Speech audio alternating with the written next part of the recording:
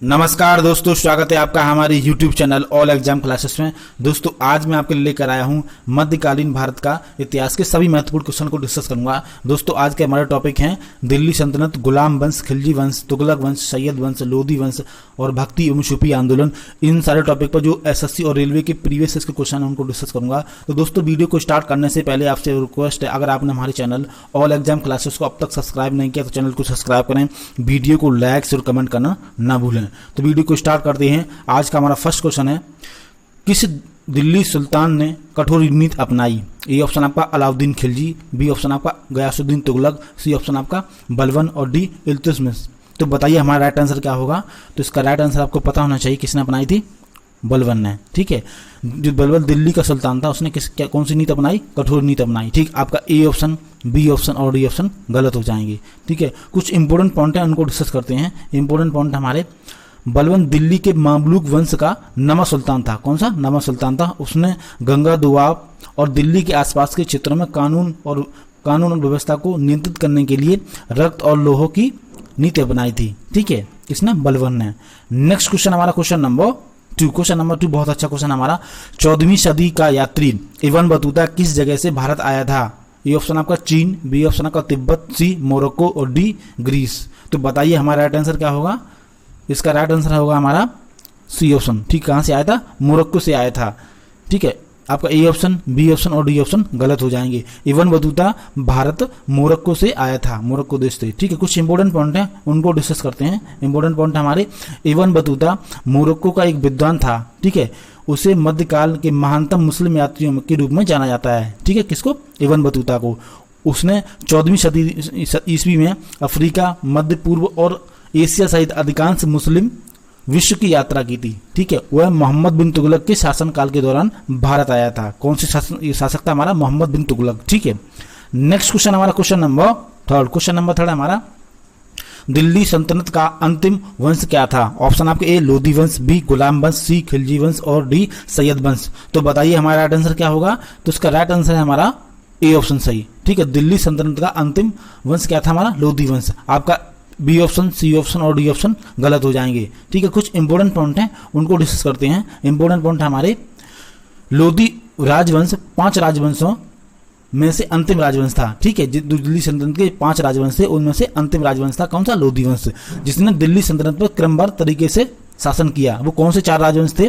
4 अन्य राजवंश थे हमारे, मामलुक राजवंश, खिलजी राजवंश, तुगलक राजवंश और सैयद राजवंश थे। ठीक है, नेक्स्ट क्वेश्चन हमारा क्वेश्चन नंबर 4। क्वेश्चन नंबर 4 हमारा, दिल्ली विजय का मिशन अलाउद्दीन खिलजी ने किसे सौंपा? ए ऑप्शन आपका खिर्ज खान, बी ऑप्शन आपका मलिक गफूर, सी ऑप्शन आपका साजी मलिक और डी उलुग खां। अब आपको बताना इसका राइट आंसर हमारा क्या होगा? तो इसका राइट आंसर आपको पता ही होगा, बी ऑप्शन होगा। ठीक है, मलिक गफूर को सौंपा था। ठीक है, कौन सा? दक्षिण विजय का अभियान किसने? अलाउद्दीन खिलजी ने। राइट आंसर हमारा बी ऑप्शन होगा। आपका ए ऑप्शन, सी ऑप्शन और डी ऑप्शन गलत हो जाएंगे। कुछ इंपोर्टेंट पॉइंट हैं उनको डिस्कस करते हैं, उससे आपको और भी क्लियर होगा। इंपोर्टेंट पॉइंट हमारे, दक्षिण भारत को विजय के लिए अलाउद्दीन खिलजी ने मलिक गफूर को भेजा था। किसको? मलिक गफूर को भेजा था। मलिक गफूर ने 1294 से 1316 ईस्वी तक भारत में 3 अभियानों का नेतृत्व किया था। कितने? 3 अभियानों का नेतृत्व किया, ये याद रखना आप। तीसरा पॉइंट हमारा, उसके द्वारा चलाए गए लगातार अभियान के परिणाम स्वरूप अधिकांश दक्षिण भारत को दिल्ली शासन के अधीन हो गया। ठीक है, और 5 प्रांतों में जैसे बांटा था उसने, देवगिरी, लिटिन, कपाली, द्वार और समुद्र और मालाबार। ठीक है, में विभाजित कर दिया था उसने। ठीक है, किसने? 5 प्रांतों में विभाजित किया था। ये 5 प्रांत थे हमारे।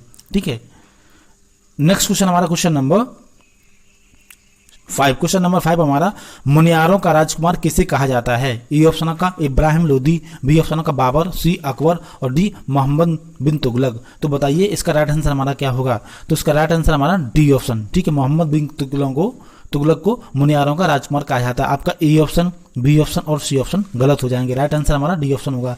कुछ इंपोर्टेंट पॉइंट हैं उनको डिस्कस करते हैं। इंपोर्टेंट पॉइंट हमारे, मोहम्मद बिन तुगलक ने कई मुद्राओं का प्रयोग किए, इसीलिए उसे क्या? धनी राजकुमार या प्रिंस ऑफ मनी कहते हैं। ठीक है, याद रखना। नेक्स्ट पॉइंट हमारा, 1329 और 1330 ईस्वी में उसने सांकेतिक मुद्रा की शुरुआत की थी। ठीक है, जिसमें तांबे, पीतल के सिक्कों को चांदी के सिक्कों के समान माना जाता था। ठीक है, ये हमारा कुछ इंपोर्टेंट पॉइंट थे वो डिस्कस किए। अब नेक्स्ट क्वेश्चन हमारा क्वेश्चन नंबर 6 बहुत अच्छा क्वेश्चन है दोस्तों। इसी तरह के क्वेश्चन हमारे एसएससी रेलवे के एग्जाम में पूछे जाते हैं। क्वेश्चन नंबर 6 हमारा, अजमेर में 2.5 दिन का झोपड़ा किसने बनवाया था? बताइए। ऑप्शन आपके ए कुतुबुद्दीन ऐबक, बी ऑप्शन आपका बलबन, सी अलाउद्दीन खिलजी और डी मोहम्मद बिन तुगलक। तो बताइए हमारा राइट आंसर क्या होगा? तो इसका राइट आंसर आपको पता होना चाहिए, हमारा क्या है? ए ऑप्शन सही है। ठीक है, कुतुबुद्दीन ऐबक ने 2.5 दिन का झोपड़ा बनवाया था। आपका बी ऑप्शन, सी ऑप्शन और डी ऑप्शन गलत हो जाएंगे। ठीक है, कुछ इंपोर्टेंट पॉइंट हैं उनको डिस्कस करते हैं, उससे आपको और भी क्लियर होगा। जो 2.5 दिन का झोपड़ा एक प्राचीन वैष्णव हिंदू मंदिर है, ठीक है, जिसका निर्माण 1193 ईस्वी के दौरान किया गया था। बाद में कुतुबुद्दीन ऐबक के द्वारा 1193 ईस्वी में, ठीक है, 53 में उसने जिसका निर्माण हुआ था। 2.5 दिन झोपड़ा एक प्राचीन वैष्णव हिंदू मंदिर था और कुतुबुद्दीन ऐबक ने क्या किया? 1193 ईस्वी में इसे मस्जिद के रूप में परिवर्तित करवा दिया। ठीक है, मंदिर को तोड़कर मस्जिद बनवा दी। कब? 1193 ईस्वी में। ठीक है, नेक्स्ट क्वेश्चन को डिस्कस करते हैं। क्वेश्चन नंबर है 7। क्वेश्चन नंबर 7 हमारा, अमीर खुसरो कौन थे? ए ऑप्शन आपका कवि, बी ऑप्शन आपका नाटक के लेखक और सी ऑप्शन आपका चित्रकार और डी वास्तुकार। तो बताइए अमीर खुसरो कौन थे? तो इसका आंसर आपको पता होना चाहिए, हमारा ए ऑप्शन सही होगा, कवि थे। ठीक है, बी ऑप्शन, सी ऑप्शन और डी ऑप्शन गलत हो जाएंगे।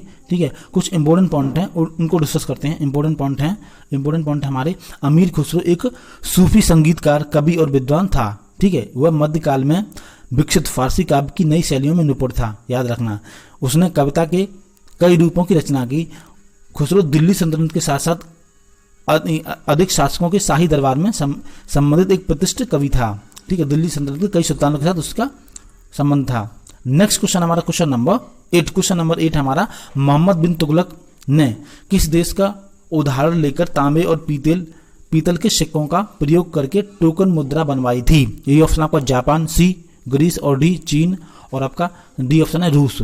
बताइए हमारा राइट आंसर क्या होगा? ऑप्शन आपके ये, तो इसका राइट आंसर आपको पता होना चाहिए, हमारा सी ऑप्शन होगा। ठीक है, चीन देश का उदाहरण लेकर उसने टोकन मुद्रा बनवाई थी। कौन से शासक था? हमारा मोहम्मद बिन तुगलक ने। ठीक, आपका ए ऑप्शन, बी ऑप्शन और डी ऑप्शन गलत हो जाएंगे। कुछ इंपॉर्टेंट पॉइंट हैं उनको डिस्कस करते हैं, उससे आपको और भी क्लियर होगा। इंपॉर्टेंट पॉइंट है हमारे, मोहम्मद बिन तुगलक ने चीन के शासक बुलाई खान और फारस के शासक गजन खान से प्रेरित होकर सांकेतिक मुद्रा की शुरुआत की। ठीक है, इन शासकों ने अपने राज्य में सांकेतिक मुद्रा प्रणाली को सफलतापूर्वक लागू किया था। मोहम्मद बिन तुगलक ने पीतल के सिक्के चलवाए जिनका मूल्य चांदी के सिक्के के टका के बराबर होता था। ठीक है, याद रखना। नेक्स्ट क्वेश्चन हमारा क्वेश्चन नंबर 9। क्वेश्चन नंबर 9 बहुत अच्छा क्वेश्चन हमारा, दिल्ली शहर की स्थापना किसने की? ए ऑप्शन आपका खिलजी, बी ऑप्शन आपका लोधी और आपका सी ऑप्शन है तमारा और डी ऑप्शन है आपका तुगलक। तो आपको पता होना चाहिए इसका राइट आंसर हमारा क्या है। इसका राइट आंसर हमारा है सी ऑप्शन तमारा। ठीक है, आपका ए ऑप्शन, बी ऑप्शन और सी ऑप्शन, डी ऑप्शन गलत हो जाएंगे। ठीक है, ये तो हमारे शासक थे। ठीक है, कुछ इंपॉर्टेंट पॉइंट हैं उनको डिस्कस करते हैं, उससे आपको और भी क्लियर होगा। इंपॉर्टेंट पॉइंट है हमारे, दिल्ली की स्थापना 736 ईस्वी में राजपूत तोमर वंश के शासक अंगनपाल द्वारा की गई थी। इस समय इसे क्या कहते थे? लाल कोटे के रूप में जाना जाता था। ठीक है, ये कुछ इंपॉर्टेंट पॉइंट थे वो डिस्कस की। किसने की थी? अनंतपाल के शासक के द्वारा की थी। ठीक है, कौन सा वंश का था? राजपूत तोमर वंश का शासक था। ठीक है, नेक्स्ट क्वेश्चन हमारा क्वेश्चन नंबर 10। क्वेश्चन नंबर 10 हमारा, किस तुर्की शासक ने भारत में 1000 और 1026 ईस्वी के बीच 14 बार आक्रमण किया? आपको बताना इसका राइट आंसर। ए ऑप्शन का मोहम्मद गजनवी, बी ऑप्शन का मोहम्मद तुगलक और सी ऑप्शन आपका चंगेज खान और आपका डी ऑप्शन है महमूद गालिब। बताइए हमारा राइट आंसर क्या होगा? तो उसका राइट आंसर आपको पता होगा, डी ऑप्शन नहीं होगा मोहम्मद गालिब। आपका सी ऑप्शन भी गलत होगा चंगेज खान, आपका बी ऑप्शन भी गलत होगा मोहम्मद बिन तुगलक। राइट आंसर हमारा ए ऑप्शन होगा, मोहम्मद गजनवी ने भारत में 14 बार आक्रमण किया था, याद रखना। ये बहुत इंपॉर्टेंट क्वेश्चन है दोस्तों। नेक्स्ट कुछ इंपॉर्टेंट पॉइंट हैं उनको डिस्कस करते हैं। इंपॉर्टेंट पॉइंट है हमारे, महमूद गजनवी गजनी साम्राज्य का प्रमुख शासक था। ठीक है, उसने 1000 और 1026 ईस्वी के मध्य भारत में 14 बार आक्रमण किया और लूटपाट की। ठीक है, और 1026 ईस्वी में उसने गुजरात के प्रसिद्ध सोमनाथ मंदिर का आक्रमण किया था। ठीक है, सोमनाथ मंदिर में आक्रमण किया था। ये सोमनाथ मंदिर है का हमारा गुजरात में, याद रखना गुजरात में स्थित है। ठीक है, कौन सा मंदिर? सोमनाथ में। इस पर आक्रमण किसने किया था? महमूद गजनी ने किया था। ठीक है, नेक्स्ट क्वेश्चन हमारा क्वेश्चन नंबर 11। क्वेश्चन नंबर 11 हमारा, कौन से युद्ध से विजयनगर साम्राज्य का पतन हुआ था? आपको बताना इसका राइट आंसर। ए ऑप्शन आपका तारकोलम युद्ध, बी ऑप्शन का तालीकोटा का युद्ध, आपका सी ऑप्शन है कवाहक युद्ध और आपका डी ऑप्शन है पानीपत युद्ध। तो बताइए हमारा राइट आंसर क्या होगा। तो इसका राइट आंसर आपको पता होना चाहिए कौन सा, बी ऑप्शन था, तालीकोटा का युद्ध के बाद विजयनगर साम्राज्य का पतन हुआ था। ठीक, आपका ए ऑप्शन, सी ऑप्शन और डी ऑप्शन गलत हो जाएंगे। कुछ इंपॉर्टेंट पॉइंट हैं उनको डिस्कस करते हैं, उससे आपको और भी क्लियर होगा। ठीक है, इंपॉर्टेंट पॉइंट हमारे विजयनगर साम्राज्य और अहमदनगर, बीजापुर, गोलाकोंडा, बेरर और बीदर दक्कन के सुल्तानों के मध्य लड़ा गया था। ठीक है, कौन सा हमारा, तालीकोटा का युद्ध। तालीकोटा का युद्ध 26 जनवरी 1565 ईस्वी में एक महत्वपूर्ण परिवर्तनकारी युद्ध था। कब लड़ा गया था?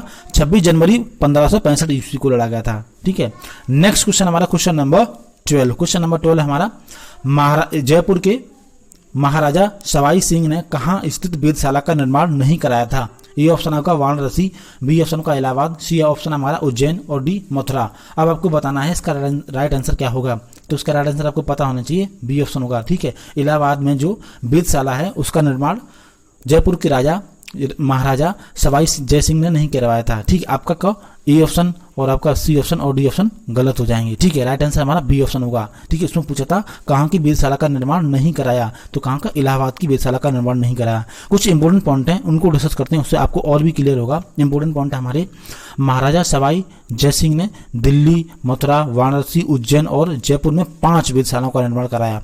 ठीक है, कितनी? 5 वेधशालाओं का निर्माण कराया। सभी वेधशाला मुख्य भारतीय खगोल विज्ञान पर आधारित हैं, याद रखना। ठीक है, नेक्स्ट क्वेश्चन हमारा क्वेश्चन नंबर 13। क्वेश्चन नंबर 13 हमारा, दीवान ए कोहे के रूप में विश्वविख्यात कृषि विभाग किसके द्वारा बनाया गया था? ए ऑप्शन का मोहम्मद बिन तुगलक, आपका बी ऑप्शन है अलाउद्दीन खिलजी, सी ऑप्शन आपका फिरोज शाह तुगलक और डी जलालुद्दीन खिलजी। तो बताइए हमारा राइट आंसर क्या होगा। तो इसका राइट आंसर आपको पता होना चाहिए, ए ऑप्शन होगा हमारा मोहम्मद बिन तुगलक के द्वारा। ठीक है, दीन ए कोही विश्वविख्यात कृषि विज्ञान विभाग की स्थापना की गई थी। ठीक, आपका बी ऑप्शन, सी ऑप्शन और डी ऑप्शन गलत हो जाएंगे। ठीक है, कुछ इंपोर्टेंट पॉइंट हैं उनको डिस्कस करते हैं। इंपोर्टेंट पॉइंट हमारे, उससे आपको और भी क्लियर होगा।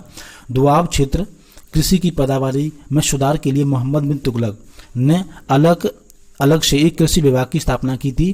ठीक है, जिसे दीवाने आमिर भी कहते थे, याद रखना। ठीक है, ये कुछ इंपोर्टेंट पॉइंट थे वो डिस्कस किए। अब नेक्स्ट क्वेश्चन को डिस्कस करते हैं। नेक्स्ट क्वेश्चन हमारा, दिल्ली का पहला मुस्लिम शासक कौन था? ए ऑप्शन आपका अकबर, बी ऑप्शन आपका शाहजहां, आपका सी ऑप्शन है कुतुबुद्दीन ऐबक और डी ऑप्शन है अलाउद्दीन खिलजी। तो बताइए दिल्ली का पहला मुस्लिम शासक कौन था? दोस्तों अगर आपको वीडियो अच्छा लग रहा है तो हमारे चैनल ऑल एग्जाम क्लासेस को सब्सक्राइब करें। अगर आपने सब्सक्राइब नहीं किया, वीडियो को लाइक और कमेंट करना ना भूलें और इस वीडियो को अपने फ्रेंड्स के साथ भी शेयर करें। ठीक है, तो बताइए हमारा राइट आंसर क्या होगा। तो इसका राइट आंसर आपको सी ऑप्शन सही होगा। ठीक है, कुतुबुद्दीन ऐबक दिल्ली का पहला मुस्लिम शासक था। ठीक, आपका ए ऑप्शन, बी ऑप्शन और आपका डी ऑप्शन गलत हो जाएंगे। राइट आंसर हमारा सी ऑप्शन होगा। ठीक है, कुछ इंपोर्टेंट पॉइंट हैं उनको डिस्कस करते हैं। इंपोर्टेंट पॉइंट हमारे, मोहम्मद गौरी का पूर्व गुलाम कुतुबुद्दीन ऐबक दिल्ली का प्रथम सुल्तान था। ठीक है, किसका गुलाम था? मोहम्मद गौरी का, याद रखना। नेक्स्ट क्वेश्चन हमारा क्वेश्चन नंबर 15। क्वेश्चन नंबर 15 हमारा, तालीकोटा के युद्ध के समय विजयनगर साम्राज्य में कौन सा राजवंश राज करता था? राज्य था, कौन से राजवंश का राज था? ऑप्शन आपके ए संगम, बी ऑप्शन आपका अनिरुद्ध और सी ऑप्शन का तुलवा और आपका बी ऑप्शन है शुलवा। तो बताइए हमारा शुलवा। तो इसका राइट आंसर हमारा क्या होगा? तो इसका राइट आंसर हमारा है सी ऑप्शन। ठीक है, आपका ए ऑप्शन, बी ऑप्शन और डी ऑप्शन गलत हो जाएंगे। ठीक है, कुछ इंपोर्टेंट पॉइंट है उनको डिस्कस करते हैं, उससे आपको और भी क्लियर होगा। इंपोर्टेंट पॉइंट है हमारे, दक्कन सुल्तान और विजयनगर साम्राज्य के मध्य लड़ा गया तालीकोटा का युद्ध एक महत्वपूर्ण युद्ध था। ठीक है, इस युद्ध के समय तुलव वंश का राजा सदाशिव राय विजयनगर का शासक था। कौन सा था राजा? उसका नाम क्या था हमारा? सदाशिव राय विजयनगर का शासक था। ठीक है, तुलव राजवंश का। नेक्स्ट क्वेश्चन हमारा क्वेश्चन नंबर 16। क्वेश्चन नंबर 16 हमारा, विजयनगर शहर और किस नाम से जाना जाता है? ए ऑप्शन का हिली बिंदु, बी ऑप्शन का चंद्रगिरी और आपका सी ऑप्शन है हम्पी और डी ऑप्शन का कोंडा बिंदु। तो उसका राइट आंसर आपको पता होना चाहिए, हमारा सी ऑप्शन होगा। ठीक है, हम्पी के नाम से भी जाना जाता है किसको? विजयनगर शहर को। ठीक है, आपका ए ऑप्शन, बी ऑप्शन और डी ऑप्शन गलत हो जाएंगे। कुछ इंपोर्टेंट पॉइंट डिस्कस करते हैं दोस्तों, उससे आपको और भी क्लियर होगा। इंपोर्टेंट पॉइंट हमारे, विजयनगर का अर्थ है जीत का शहर। ठीक है, ऐतिहासिक विजयनगर साम्राज्य की राजधानी थी। ठीक है, हम्पी, जो दक्षिण भारत में फैला हुआ था। ठीक है, नेक्स्ट क्वेश्चन हमारा क्वेश्चन नंबर 17। क्वेश्चन नंबर 17 बहुत अच्छा क्वेश्चन हमारा, किस सुल्तान ने अपनी राजधानी को दिल्ली से दौलताबाद में बदला था? ऑप्शन आपका ए अलाउद्दीन खिलजी, बी ऑप्शन आपका मोहम्मद तुगलक, आपका सी ऑप्शन है फिरोज शाह तुगलक और डी खिलजी खान। तो दोस्तों बताइए हमारा राइट आंसर क्या होगा। तो इसका राइट आंसर आपको पता ही होगा, हमारा इसका राइट आंसर हमारा बी ऑप्शन होगा। ठीक है, किसने, मोहम्मद तुगलक ने अपनी जो राजधानी है वो दिल्ली से दौलताबाद को ट्रांसफर की थी। आपका ए ऑप्शन, आपका सी ऑप्शन और डी ऑप्शन गलत हो जाएंगे। राइट आंसर हमारा क्या होगा, बी ऑप्शन होगा। कुछ इंपोर्टेंट पॉइंट हैं उनको डिस्कस करते हैं, उससे आपको और भी क्लियर होगा। बरनी के अनुसार सुल्तान मोहम्मद बिन तुगलक ने 1326 से 1327 ईस्वी में अपनी राजधानी दिल्ली से दक्कन के देवगिरी में स्थानांतरित करने का निर्णय लिया था। ठीक है, कौन सा साहित्यकार है हमारा, बरनी।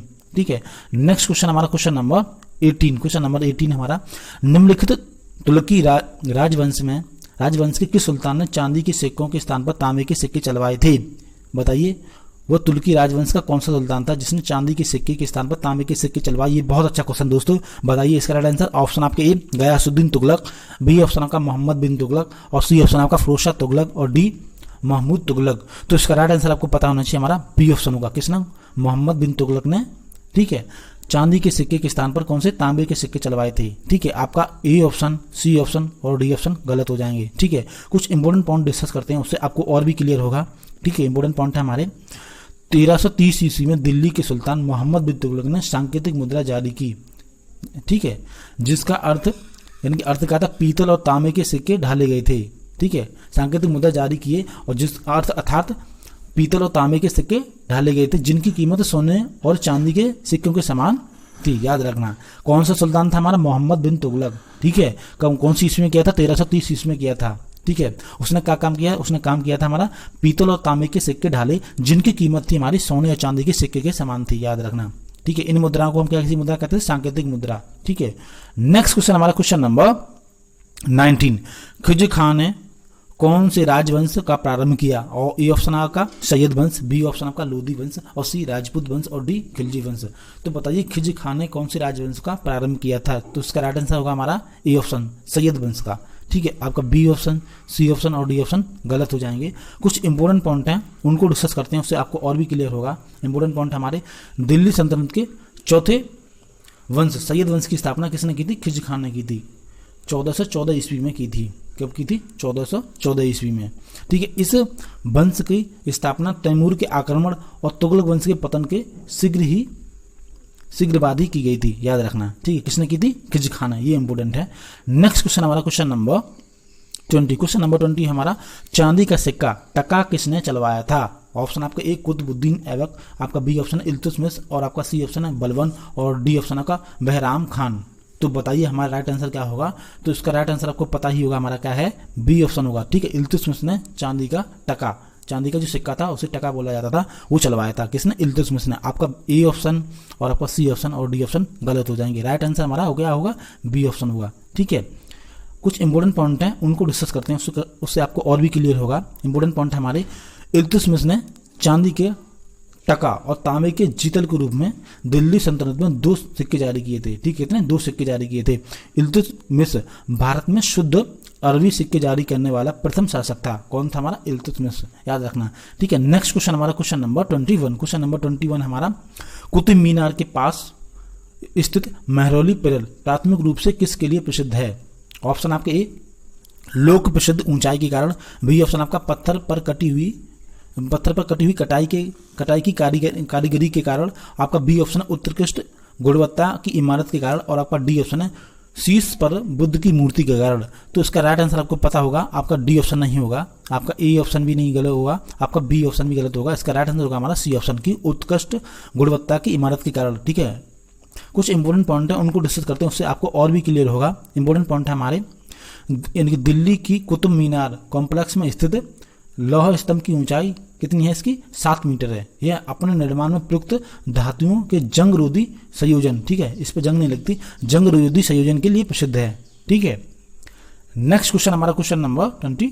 क्वेश्चन नंबर 22 हमारा बहुत अच्छा क्वेश्चन है दोस्तों। ये हमारा, प्रसिद्ध कवि अमीर खुसरो निम्नलिखित में से किस को छोड़कर बाकी सभी के यानी समसामयिक थे। ऑप्शन आपके ए अलाउद्दीन खिलजी, बी ऑप्शन का गयासुद्दीन बलबन, आपका सी ऑप्शन इल्तुतमिश और डी जलालुद्दीन खिलजी। तो आपको बताना इसका राइट आंसर हमारा क्या होगा। तो इसका राइट आंसर हमारा है सी ऑप्शन। ठीक है, इल्तुतमिश के समकालीन नहीं थी, बाकी सारे के समकालीन थे। ठीक है, सारे शासकों के समकालीन थे। आपका ए ऑप्शन, बी ऑप्शन और डी ऑप्शन गलत हो जाएगा।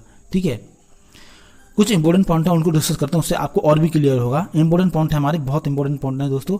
ठीक है, उससे आपको और भी क्लियर होगा। इंपॉर्टेंट पॉइंट हमारे देखो, ये अमीर खुसरो बलवन जलालुद्दीन खिलजी और अलाउद्दीन खिलजी के समकालीन थे। ठीक है, उनके भतीजे, उन्होंने बलबन के भतीजे कौन सा था, मलिक छज्जू और बाग के शासक बलबन के शासनकाल में दरबारी कवि के रूप में अपने जीवन की शुरुआत की थी। ठीक है, ये कुछ इंपॉर्टेंट पॉइंट थे, वो मैंने डिस्कस किए दोस्तों। अब नेक्स्ट क्वेश्चन को डिस्कस करते हैं। क्वेश्चन नंबर हमारा 23, गोल गुम्बज क्या है? ए ऑप्शन का हैदर अली का मकबरा, बी ऑप्शन का औरंगजेब का मकबरा, आपका सी ऑप्शन है चांद बीबी का मकबरा, आपका डी ऑप्शन है मोहम्मद आदिल शाह का मकबरा।